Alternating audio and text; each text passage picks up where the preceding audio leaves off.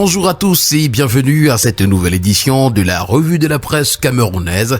Le périple de ce matin, nous le démarrons avec le quotidien Le Messager qui revient sur la CAN de 2025 et nous fait savoir que le Hemley ne suffit pas.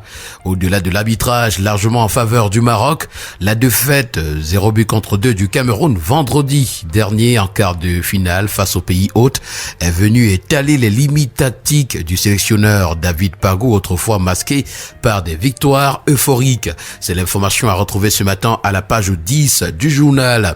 Nous avons la tribune des communautés, le journal Intégration qui parle également de la CAN marocaine de 2025 et surtout des rêves égorgés et espoirs ensablés de l'Afrique centrale. La CAN aura refermé ses portes sur l'Afrique centrale comme on claque un livre trop vite lu. Nous poursuivons avec le quotidien Vert Émergence qui fait une autopsie d'une élimination ce matin s'agissant bien évidemment des lions indomptables à la CAN qui se joue au Maroc. Cette autopsie est à retrouver ce matin à la page 11 du journal. Le quotidien Mutation pour sa part nous conduit à l'Assemblée nationale et parle de Cavaille-Lagaffe. Déjà absent de l'événement au Palais de l'Unité, le très honorable s'est fait représenter le lendemain à sa propre cérémonie de vœux de Nouvel An par le premier vice-président de cette chambre parlementaire, Hilarion Etan. Aucun député n'a osé dénoncer l'imposture, nous renseigne également ce matin le journal à sa page 2. La Nouvelle Expression pour sa part s'interroge, citoyens libres ou esclaves, les écrits prophétiques d'Ernest Ouandié sont à retrouver. Et il s'agit d'un article rédigé au Maquis le 20 mars 1962 par le martyr de l'indépendance totale du Cameroun, Ernest Ouandié. Et dans cet article, digne d'un héros, il dénonce les atrocités du régime haïdjo et fustige les assassinats criminels et tous les fantoches à la solde de ce dernier.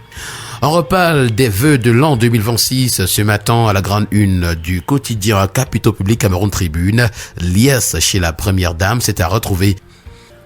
Le quotidien régional d'information du Nord Cameroun, l'heure du sel de Guibaï Gatama, nous conduit sur l'axe d'Abanga-Kousseri où 6 personnes ont été enlevées par Boko Haram. L'essentiel de l'information est à retrouver à la page 7, avec le premier quotidien économique de la zone CEMAC, l'économie, on parle d'audit et conseil. C'est Abdoulaye Mouchili qui est le nouveau directeur général de KPMG pour l'Afrique centrale. En pied de une, on parle d'un document, notamment de la circulaire du ministre des Finances relative à l'exécution, au suivi et au contrôle de l'exécution des budgets des collectivités territoriales décentralisées pour l'exercice 2026. Le premier news magazine camerounais des Fiertuels, dans sa parution de ce matin, parle de régie de remorquage du port autonome de Douala. 4,8 milliards de francs CFA, ce sont les recettes fiscales et 100,4 milliards de francs CFA, les redevances en 5 ans. Et depuis sa nationalisation en 2021, les performances de cette filiale du port autonome de Douala sont en hausse avec notamment 5,4 milliards de redevances cumulées représentant plus de 70% du montant versé par l'ex-concessionnaire pendant 17 années d'exploitation, en plus d'une forte contribution aux recettes de l'État. Restons en économie avec le bi-hebdomadaire Le Financier d'Afrique ce matin qui parle de l'Afrique centrale et surtout des plans d'action des institutions financières de la CEMAC en 2026. Il s'agit de la commission de la CEMAC, de la BIAC, de la BDIAC, la COSUMAF, la COBAC. Tout ce que projettent ces institutions pour 2026 sont à retrouver ce matin aux pages 6 et 7 du journal. Le bi-hebdomadaire L'Indépendant ce matin parle du gouvernement John Ngouté 7 ans après. 4 janvier 2019, 4 janvier 2026. Faisons un retour ce matin sur les principaux flops de l'action gouvernementale avec le bi-hebdomadaire L'Indépendant. L'hebdomadaire Sans détour pour sa part parle de remaniement et c'est le département du Béret qui demande de corriger une injustice qui dure. Depuis 43 ans, ce département n'a pas eu un ministre plein et demande à ce que cette injustice soit corrigée à la faveur du remaniement qui est annoncé. Avec le quotidien Info Matin, c'est la Camwater qui intéresse avec un retour en 2026 des bornes fontaines publiques. Sous la houlette du directeur général, le Dr Blaise Moussa, c'est une nouvelle phase de 200 de ces équipements à gestion commune qui sera bientôt exécutés par l'entreprise en lien avec les collectivités territoriales décentralisées. Des campagnes d'extension de réseaux d'eau potable et de branchement facilitées après le discours du chef de l'État Paul Biya le 31 décembre 2025. Le bi-hebdomadaire Génération Libre, pour sa part, ce matin, parle de l'affaire Mahétur contre le groupe Degen International. Les aveux du DG de la Mahétur sont à retrouver ce matin. Retrouvons une enquête sur une opération financière de plus de 91,5 millions de francs CFA au relent de complicité. Nous avons le bi-hebdomadaire L'Équation qui en reparle ce matin. Détournement des fonds publics à la Mahétur. Le DG de la Mahétur est un candidat pour la prison de Kodengui, d'après le bi-hebdomadaire L'Équation. Le Zénith nous replonge à l'Assemblée nationale ce matin, qu'elle nous présente comme un sanctuaire de la gabégie officialisée.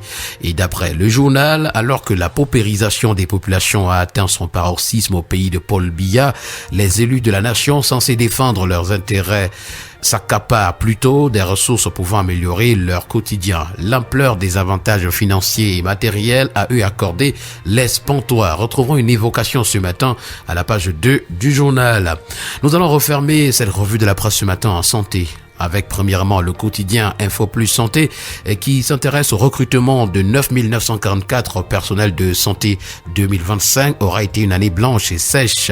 Et alors que le président de la République a annoncé le 31 décembre 2024 la contractualisation de 9 944 personnels de santé en situation précaire dans les formations sanitaires sur une période de 5 ans, l'année 2025 s'est écoulée sans première vague. Pourtant, une manifestation de remerciement de cette annonce présidentielle s'était tenue à l'esplanade du ministère de la Santé publique. Lassés d'attendre, certains sont allés au Canada, tandis que d'autres espèrent le miracle ces 4 prochaines années. Avec le quotidien Éco-Santé, nous mettons un terme à cette sortie de la revue de la presse. Lutte contre le paludisme, 8 piliers stratégiques pour l'élimination d'ici 2030 sont à retrouver. La décision doit désormais s'appuyer sur des preuves scientifiques solides, une surveillance renforcée des résistances et être amplifiée par la digitalisation des outils. Il s'agit de promouvoir des approches de prévention holistique, d'améliorer le diagnostic et la prise en charge et de placer l'engagement communautaire ainsi que l'intégration du genre et de l'équité au cœur des interventions. Et voilà donc qui a permis de mettre un terme à cette sortie de la revue de la presse camerounaise. Merci à vous et bon début de semaine à chacun.